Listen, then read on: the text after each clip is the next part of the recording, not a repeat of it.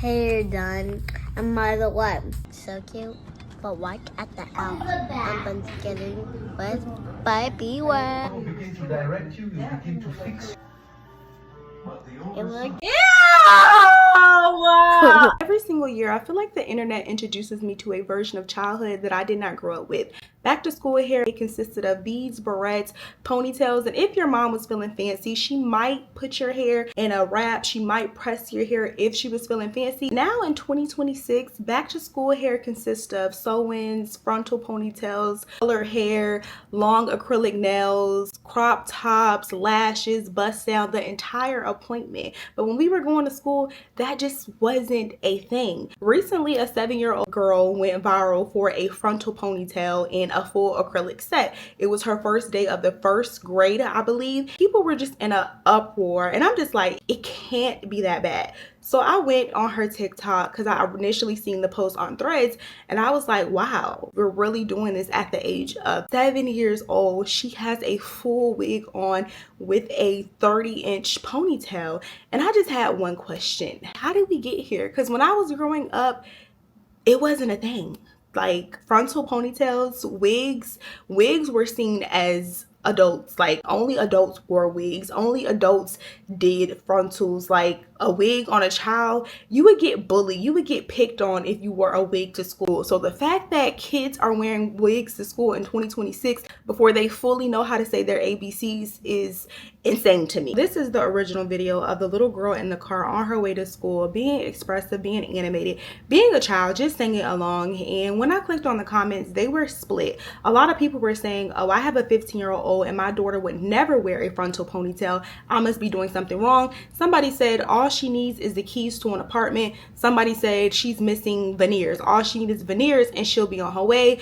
Other comments I seen was kids don't go through the awkward stage anymore. It was just a bunch of comments. And then on the other side of that, there was adults defending her, saying that people that had anything negative to say about the mother or the child were just jealous of her because she's adorable and she's a child and she's well groomed and she looks taken care of and she looks fed. So you're worried about the wrong thing. As long as she's taken care of, that's all that matters. It shouldn't matter if she has a full set on or she has a frontal on, because she is fed and she is well taken care of. They're jealous of her because her mother can afford to get her nails done, can afford to get her nice outfits. You're just jealous of her. And I honestly think this is where the internet has lost the art of having a nuanced conversation. Just because a child looks cleaned or well groomed or well taken care of, that does not mean that every decision that's being made for the child is appropriate. And just because you're questioning somebody's decision making skills, that does not mean that you're attacking the child. A lot of people were saying that you should feel bad for attacking the children, and I don't honestly think any of those comments underneath the post was attacking the child. More so, people were just questioning the mother's decision.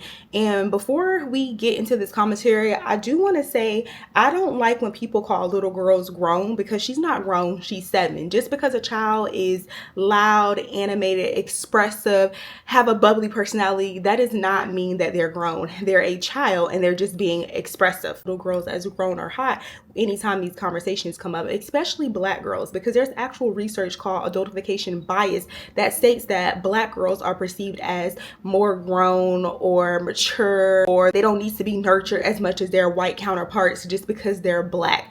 And I think that is dangerous, because we all know that's not true. She is 7 years old. She's not an adult. I think there's a difference from saying she needs to be protected and presented as a little girl, because she doesn't even understand what image is. She doesn't even understand what clothes communicate because she's a child. So I think we need to say adults are making the decision for the child that's too grown. And I do understand where that comes from within this conversation, but I just don't think it's appropriate. In a perfect world, a little girl should be able to dress, talk, appear, exist in a world without anybody attaching anything negative to her, but that's just not the world that we live in. In a perfect world, a hairstyle would just be a hairstyle, a shirt would just be a shirt, language would just be language. A woman would be able to go outside at 2 a.m. in the morning and not feel unsafe. I would be able to be judged off my character and not the content of my skin. Our president wouldn't be an alleged, y'all know what he is. In a perfect world, these things just wouldn't exist, but we have to view the world as it is and not what it should be. So that's why I think it's dangerous for mothers and adults to dress their little girls up and claim that anybody that sees anything other than a little girl is sexualizing them. I don't think that's the case. I think as a parent, you have to protect your girl because she's going to live in the world as she thinks it should be because she's a child. She doesn't know any better. But as a parent, you know these things as this. There's kids right now that's in the government custody and ICE custody, and people are stating that little girls are popping up pregnant because they're being molested. You should think they would be safe. You should think that at these camps, people should be able to be safe, but they are not safe. But a part of being a parent is to prepare your child for the world as it is and not what it should be. And you have to start preparing your child at a very young age. Unfortunately, there is grown men that is attracted to children. Unfortunately, there is women that molest children. That's just the world that we live in. Even speaking from a personal experience, I remember being a little girl and I was more developed than my counterparts. And I remember grown men, they would look at me very differently. And sometimes when I would want to wear certain things, my father would say, no, Asia, you cannot wear that. And as a child, I would say, what's wrong with my outfit? What's wrong with my skirt? What's wrong with my body? But as an adult, I commend my dad for telling me not to wear certain things, because to me, I didn't know what was wrong. I'm thinking something's wrong with me because I can't wear these things. But my dad was able to understand that people are going to perceive you in a certain way. They shouldn't perceive you this way, but you're going to be perceived this way. So as a father, I have to protect you, and I have to let you know you can and you cannot do certain things because of your body. And again, I'm not saying women cannot wear certain things because a predator is going to be a predator, period. But I am saying perception is everything. That just comes with being a parent. You have to identify danger before a child can recognize danger.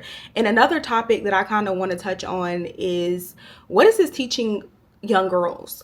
And I talked about this previously on my channel. We talk about hair and self-care and confidence and going where we're respected a lot over here on this channel. And I remember one time having a conversation about what hair means to a lot of Black women, because this is a picture of this young girl on the first day of pre-K. This is not just a random one-off situation. This was her first time wearing a adultified hairstyle. This is a cycle. This was her pre-K. So before she was 4 years old, 3 to 4 is pre-K. This is her pre-K. This is her kindergarten, and this is her on the first day of school. What is this teaching her about confidence, self-image before she is even able to identify or articulate what image means? A lot of Black women will understand exactly what I'm talking about because it's a different generation, but it's the same thing. Back then they had hot combs, relaxers, jerry curlers, and now we have frontals, sew-ins, and what else are we doing? I think that's pretty much it. Our thing is frontals, ponytails, bundles. That was our era. And it's teaching us the same thing. It's teaching us that we need to get our hair done. Getting our hair done has been something that's been a part of my childhood long before I knew what getting my hair done meant. As a child, getting my hair done is getting the hair done. The hair before it's natural, before it's touched, but when it's untamed, this hair is not done. I can't go out and exist in the world with this type of hair. So getting our hair done meant I'm going to stretch, pull, curl, straighten, slick, cover, and change my hair into something that I cannot recognize. I'm going to turn my hair into something unrecognizable at a very young age. At a very young age, I was getting my hair done. And I even talked in a previous video about, as a little Black girl, getting your hair done was super important. I remember days where I would miss school if I did not have my hair done. Not having your hair done was a big thing. And again, getting our hair done back in the early 2000s versus what getting our hair done today is something completely different. I feel like they're starting to get into beautification younger and younger and younger, because in first grade and kindergarten, it was beads and bows and barrettes, and we had ponytails. Wearing a wig as a child that's suffering. As an adult, I hate wearing wigs. As an adult, I hate wearing frontals. I haven't worn a frontal wig probably in about four years. If you're an OG on this channel, y'all know I used to always do frontal installs. But as an adult, it's painful. It's a lot of maintenance. So I would feel bad if I was a 5, 6, 7-year-old child having to deal with the upkeep of a wig and being bullied at school because people are asking, "Mommy, what is that? What's that lace? What is that crust?" Y'all know how laces are. They only last for a good 2 to 5 days before they start looking like somebody's door on a porch. Y'all know exactly how laces are. So all of this is literally teaching a child that I am not good enough. And it's subconsciously because, you know, you get your hair done and you feel pretty for the moment, but later on you realize why a lot of Black women do not feel comfortable going outside and showing your natural hairline. I used to never show my natural hairline. I didn't start wearing my natural hair a lot until I went to college, and that's because I went to a HBCU and I saw that it was normal and there was beauty in afros and just froze and ponytails and curls and kinks. I saw that for the first time in my life when I went off to college at 18, 19 years old. And that's when I felt more comfortable to go natural. That's when I stopped doing the perms and the relaxers and I started wearing my natural hairstyles, and I started being more expressive with like braids and twists. But prior to that, I always covered my hair because subconsciously as a child, parents were teaching me that my hair was not good enough because it always had to be covered and dyed and pulled and laid to the side. Like the focus was beauty more than it was enhancing. Like you have to learn to teach your child that it's an option, it's not a requirement. But a lot of little girls are learning that it's a requirement for you to get your hair done. I feel like maybe 2016, 2017, my generation, we just learned to live in our natural hair and enhance our natural beauty. But prior to that, a lot of us grew up hating our natural hair because of things like this. So more so than it making her look too grown or the style is just not for a child, what are you teaching little Black girls when you start them this young? Because this is nothing new, y'all. Look at these videos. I'm going to play a few videos of her getting her hair done, of her even doing her own hair. And that's also another topic that I want to touch on. But first, let me show y'all a few videos and then we'll touch on building a social media platform for a child, because that's a whole nother thing that I want to touch on in this video. Hair done. And by the way, if someone calls you unpretty, don't talk to them. Just walk away and feel that you're pretty just the way you are. Tamani. Yes. What does my hair look like? Long. Yeah, but like, how is it? It's pretty. What does it look like? Girl, I'm doing a great job. Use the straight iron because it like smokes really easily, right? Yeah, it'll fry your hair off sometimes. Yes. So Fendi can't use it herself either. But you said, but I can use it when Nana comes here. There she is. Right there. I know.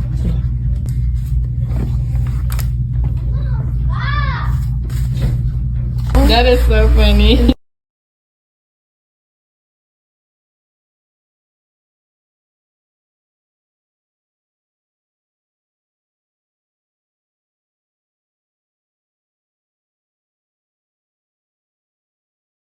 I love my hair. It's like so cute, but white at the end. And a little out.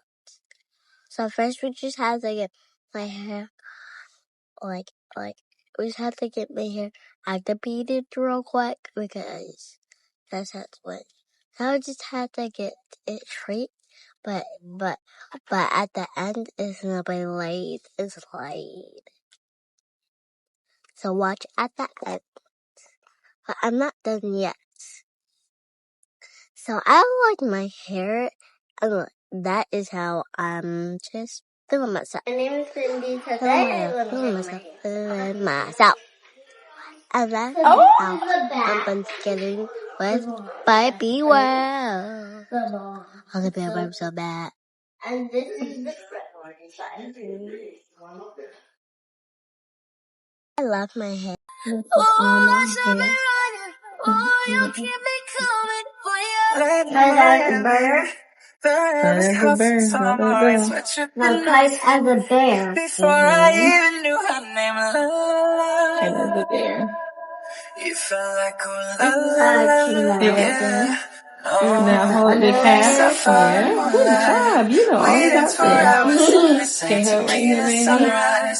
Her body fit right in my hands, la la la. For the finished touch. I know it looks like little white side, but it's okay. We go clean it up. I'll show you the next. Bye! This is my sweet little princess. She's so beautiful. She thinks she looks better than me. Yeah, that's because I do.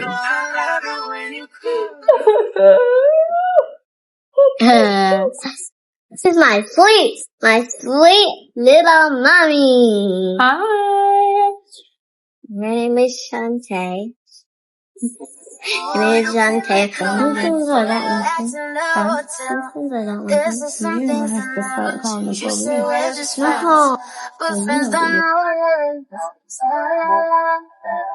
No.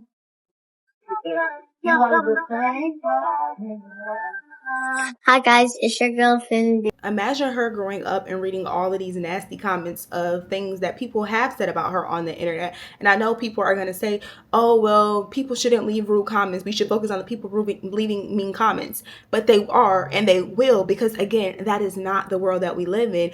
So I think as a parent, you should preserve her childhood, let alone try to create a digital footprint for a child that doesn't even know what self-image is, doesn't even know what a digital footprint is, doesn't even know the importance of having a self-image. Like, this child doesn't know about any of this. And then it really makes me sad because a lot of times it's always black little girls. Like, we are already targeted and the world already wants to make it seem like we are growner than we actually are and try to make us grow up faster than we actually need to be. So as a parent, you should just be trying to preserve that for her, putting her in booty shorts, because it's beyond the hairstyles, y'all. This kind of goes on into the hairstyles, the nails, the clothing, the vernacular, the mannerisms. Like, it's a lot that goes into it, but this video was just to focus on the hairstyle. I honestly can talk about this on and on and on because it really makes me sad that there's mothers out there that would objectify their child like this. Like, after she seen that post, I think it kind of fueled her. Like, after that post went viral, she started posting so many things on her story, showing throwback pictures of her in like third or fourth, not third or fourth grade, 3 or 4 years old, with frontals and sew-ins. And I'm just like, oh my gosh, like, these ponytails look so heavy on her head. And the only thing I can think about is that meme that people say, oh, my mom didn't perm my hair when I was 3, I would have had a body like this. Or if I would have had, y'all know the little saying that people say. It just reminded me of that, because in this case, she is going to be saying, oh, if my mom would have never been installing frontal ponytails, I wouldn't have alopecia at the age of 10 years old, tension alopecia, because this is a lot. And then another thing I noticed is I don't even think the mom is black. That's another thing. Or I don't know if she's black, but the mom looked like she's Puerto Rican or she's biracial. She definitely does not look black. I don't know. I just think that's also another issue in itself. You should be teaching her to love herself, because a lot of us, we didn't get taught that at a young age. So that's why it disheartens me that the mom is on here promoting this and pushing this, and anybody that questions it, they're a hater or they're jealous of a little girl, or you don't have any kids so you shouldn't talk about it. And it's just like, what happened to the village? Like, when y'all need a village, it's everybody. But then when someone is questioning your decision making, it's, oh, these are my kids. Let me just go ahead and go. Don't forget to like, comment, subscribe, and I'll see y'all in my next commentary. Peace.